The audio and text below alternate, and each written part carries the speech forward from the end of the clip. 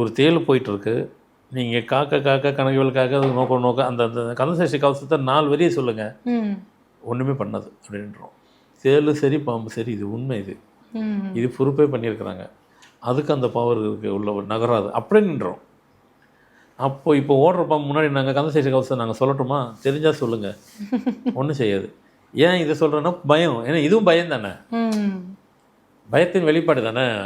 பயந்து நம்ம ஏதாவது பண்ண போனால் தானே அது சீறிக்கிட்டு வரும் நம்மக்கிட்ட. அது உண்மையிலே அது நம்மளே எதையும் இவங்க பண்ணிடுறவங்க தான் அது பயப்படுது.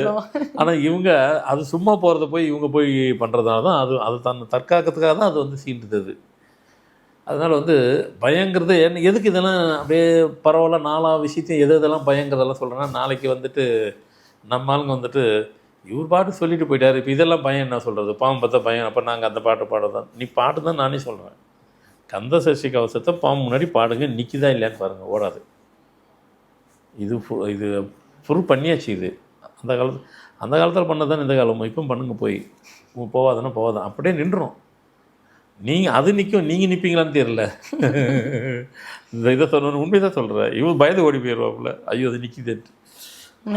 இந்த மாதிரி விபரீதத்தெல்லாம் நம்ம ட்ரை பண்ண போனோம்னா இவங்க மக்கள் என்னன்னா வீடியோ மோகம் சார், அது ஏதாவது பண்ண போய் அது எப்படியாவது போய் பிடிச்சிட போகுது சார். அதனால் இது வேண்டாம்.